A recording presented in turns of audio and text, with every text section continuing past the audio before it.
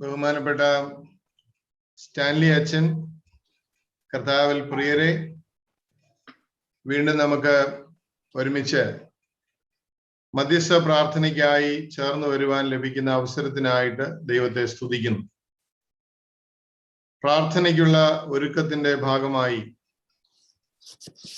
പ്രാർത്ഥനയുടെ 3 പ്രധാന ഭാവങ്ങൾ, 3 important aspects of prayer, ചുരുക്കമായി ധ്യാനിക്കുവാൻ ആഗ്രഹിക്കും.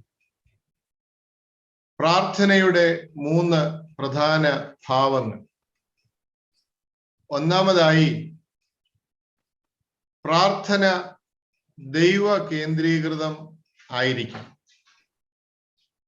Prayers must be God-centered. ദൈവ കേന്ദ്രീകൃതമായിരിക്കണം നമ്മുടെ എല്ലാ പ്രാർത്ഥനകളും എന്നുള്ളതാണ് ഒന്നാമത്തെ ചിന്ത. What makes a prayer great? എന്താണ് ഒരു പ്രാർത്ഥനയെ മഹത്വമുള്ളതാക്കി തീർക്കുന്നത്? Is it because you can pray anytime? Is it because you can accomplish great things through prayer? പ്രാർത്ഥന മഹത്തരമാകുന്നത് ഏത് സമയത്ത് നമുക്ക് പ്രാർത്ഥിക്കാമെന്നുള്ളത് കൊണ്ടാണോ, അതോ പ്രാർത്ഥനയിലൂടെ വലിയ കാര്യങ്ങൾ സാധിച്ചെടുക്കാൻ കഴിയും എന്നുള്ളത് കൊണ്ടാണോ? നോ, അതുകൊണ്ടല്ല എന്നാണ് ഉത്തരം. Prayer is great or amazing because it is the ordained communion between God and man. പിന്നെ എന്തുകൊണ്ടാണ് പ്രാർത്ഥന മഹത്തരമായി തീരുന്നത്? ദൈവവും മനുഷ്യനും തമ്മിലുള്ള സംസർഗത്തിലൂടെയാണ് പ്രാർത്ഥന മഹത്തരമായി തീരുന്നത്. Although prayer gives us access to God's divine hand of intervention, the main purpose of prayer is to glorify God and experience His presence. പ്രാർത്ഥന ദൈവത്തിന്റെ ശക്തിയുള്ള കരത്തെ നമ്മുടെ ജീവിതത്തിൽ ഇടപെടുത്താൻ സഹായിക്കുമെങ്കിലും അതിനേക്കാൾ പ്രധാനം പ്രാർത്ഥനയിലൂടെ ദൈവത്തെ മഹത്വപ്പെടുത്തുകയും ദൈവത്തിന്റെ സാന്നിധ്യം അനുഭവിക്കുകയും ചെയ്യുക എന്നുള്ളതാണ്. God has given us the privilege to ask in His presence when we pray. നമ്മൾ പ്രാർത്ഥിക്കുമ്പോൾ ദൈവനാമത്തിൽ പലതും ചോദിക്കുവാനുള്ള ഒരു അവകാശം, ഒരു സ്വാതന്ത്ര്യം ദൈവം നമുക്ക് തന്നിട്ടുണ്ട്. This alone is the greatest and most remarkable attribute of prayer. ദൈവസന്നിധിയിൽ നമുക്ക് ദൈവത്തോട് എന്തും ചോദിക്കാനുള്ള പ്രിവിലേജ്, പദവി തന്നിട്ടുണ്ട് എന്നുള്ളതാണ് പ്രാർത്ഥനയുടെ ഏറ്റവും പ്രധാനമായ സംഗതി. അതുകൊണ്ട് prayer must be God-centered എന്ന് പറയുമ്പോൾ the focus is not the fulfillment of our desires, no matter how noble they may be, but the elevation of God's unspeakable glory and the execution of His perfect will.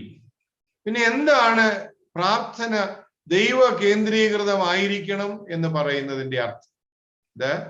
അതിന്റെ ഊന്നൽ, അതിലുള്ള ശ്രദ്ധ നമ്മുടെ ഇഷ്ടങ്ങൾ സാധിക്കുക എന്നുള്ളതായിരിക്കരുത്, മറിച്ച് ദൈവത്തെ ഉയർത്തുകയും ദൈവത്തിന് പറഞ്ഞു തീരാത്ത മഹത്വം കൊടുക്കുകയും ദൈവത്തിന്റെ ഇഷ്ടം നമ്മുടെ ജീവിതത്തിൽ പ്രാവർത്തികമാക്കുവാൻ സന്നദ്ധരാവുകയും ചെയ്യുക എന്നുള്ളതാണ്.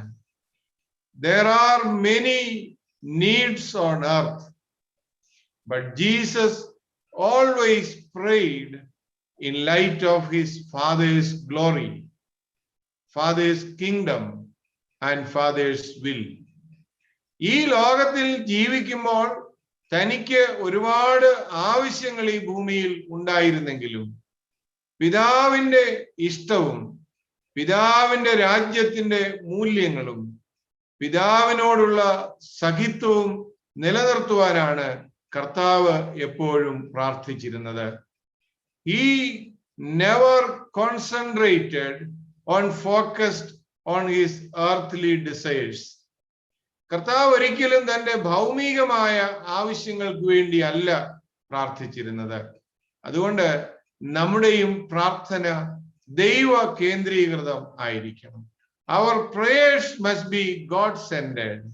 അങ്ങനെ അല്ലാത്ത പ്രാർത്ഥനകൾ പ്രാർത്ഥിച്ചു പോയിട്ടുണ്ടെങ്കിൽ അത് നമുക്ക് ദൈവസന്നിധിയിൽ ഏറ്റുപറഞ്ഞ് ദൈവഹിതത്തിനു വേണ്ടി പ്രാർത്ഥിപ്പാനായിട്ട് ഒരുങ്ങണം. ദൈവ കേന്ദ്രീകൃതമായ പ്രാർത്ഥന.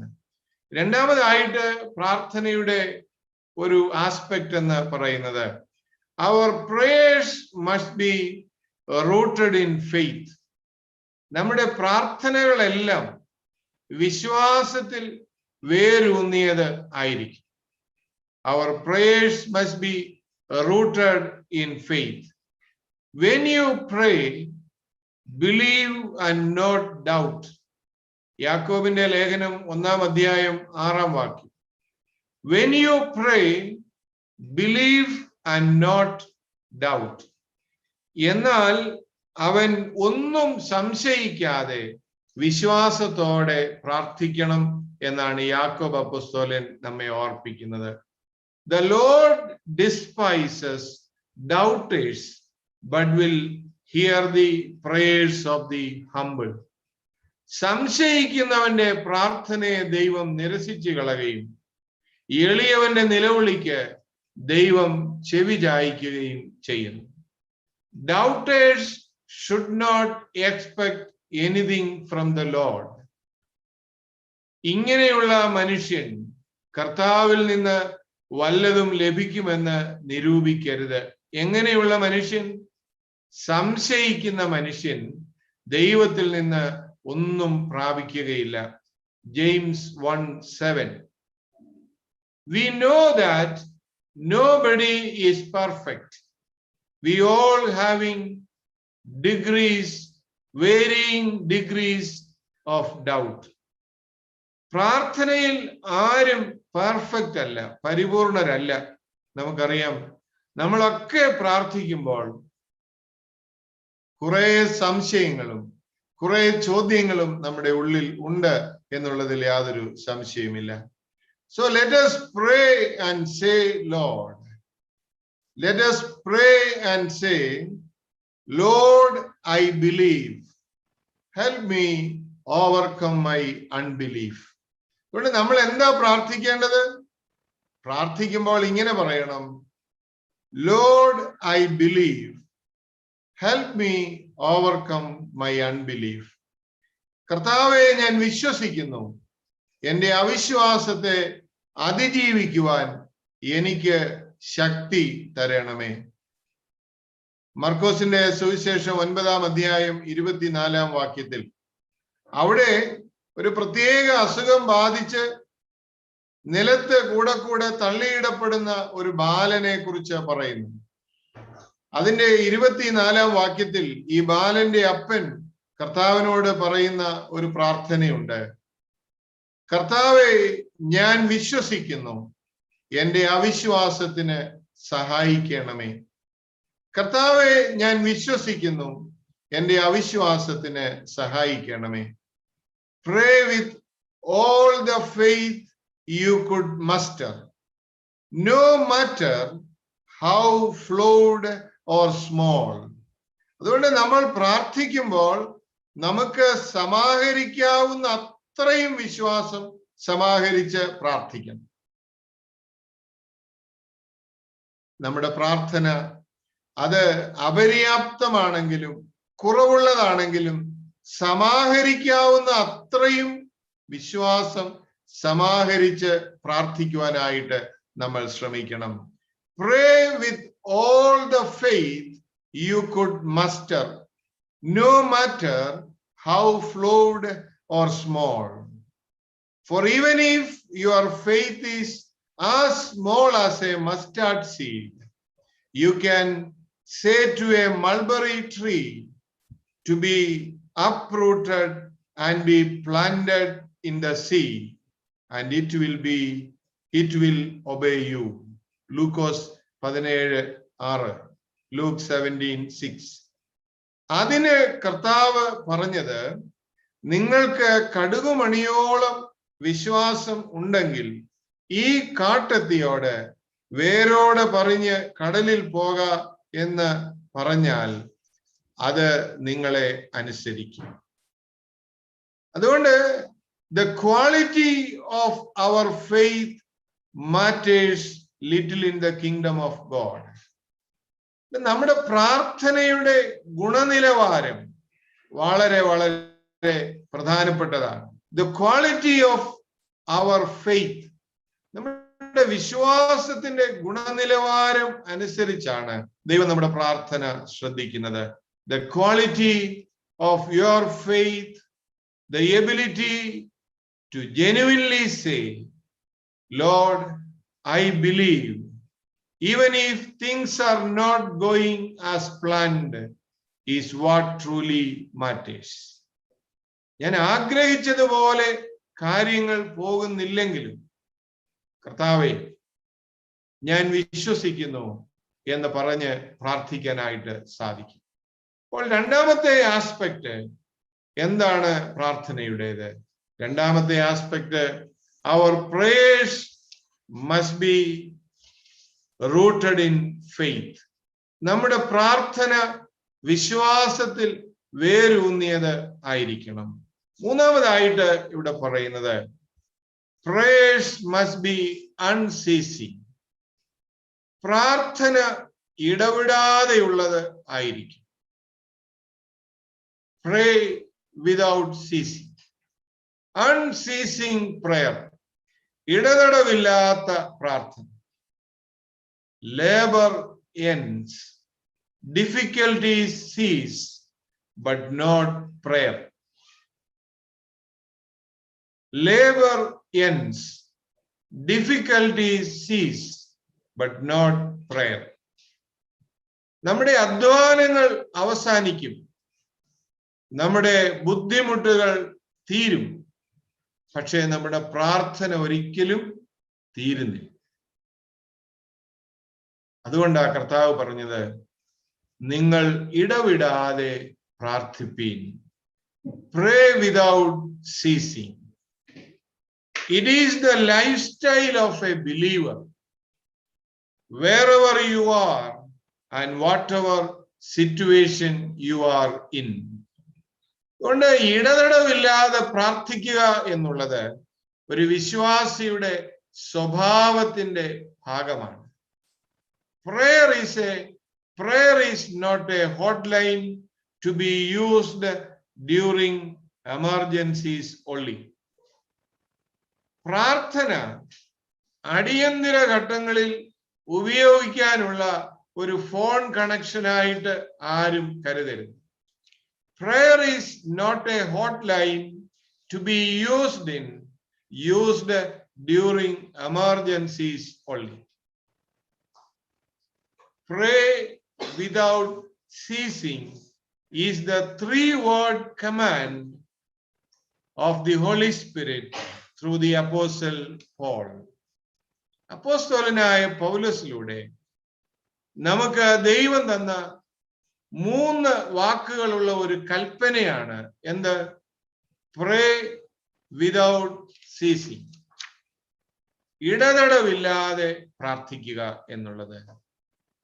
Like Jacob, persist in prayer even if it means dislocating your hip joint. എങ്ങനെയാണ്? യാക്കോബിനെ പോലെ പ്രാർത്ഥിക്കും. തുടയുടെ തടം ഉളുക്കിപ്പോയാലും മുടങ്ങാതെ പ്രാർത്ഥിക്കും. Like Jacob, persist in prayer even if it means dislocating your hip joint. അവിടെ യാക്കോബിന്റെ തുടയുടെ തടം ദൈവം തൊട്ട് ഉളുക്കിപ്പോയി. യാക്കോബിന് നടക്കാൻ സാധിക്കുന്നില്ല. അപ്പോൾ യാക്കോബ് പറയുന്ന ഒരു കാര്യമുണ്ട്, I will not let you go unless you bless me. തുടയുടെ തടം ഉളുക്കിക്കോട്ടെ, നടക്കാൻ ബുദ്ധിമുട്ടായിക്കോട്ടെ, പക്ഷെ എന്നെ അനുഗ്രഹിച്ചല്ലാതെ ഞാൻ നിന്നെ വിടുകയില്ല. നമ്മുടെ ജീവിതത്തിലും പ്രതികൂലങ്ങൾ വരുമ്പോൾ നമ്മൾ പറയേണ്ടത് ഇതാണ്.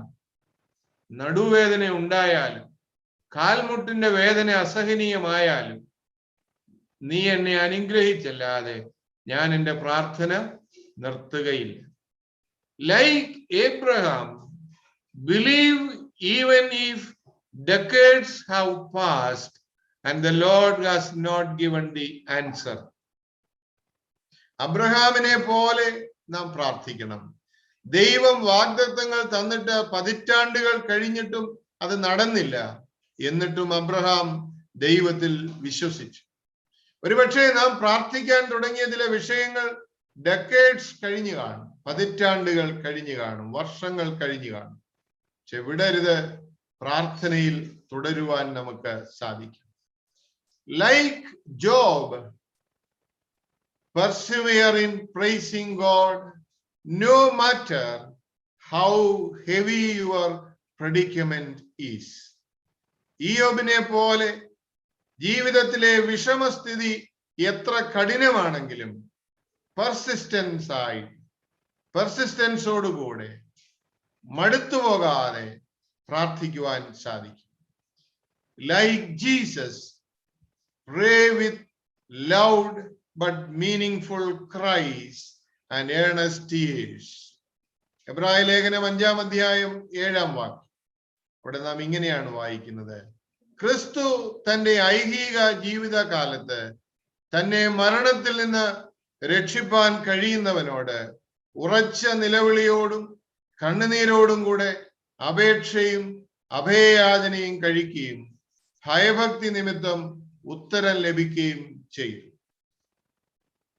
പ്രിയമുള്ളവരെ, യാക്കോബ് തന്റെ ജീവിതത്തിൽ കാണിച്ച പ്രാർത്ഥനയുടെ സ്ഥൈര്യം, അബ്രഹാം പതിറ്റാണ്ടുകൾ കഴിഞ്ഞിട്ടും ദൈവത്തിൽ വിശ്വസിച്ച് പ്രാർത്ഥിച്ചതിന്റെ അടയാളം, അതിന്റെ ഓർമ്മ,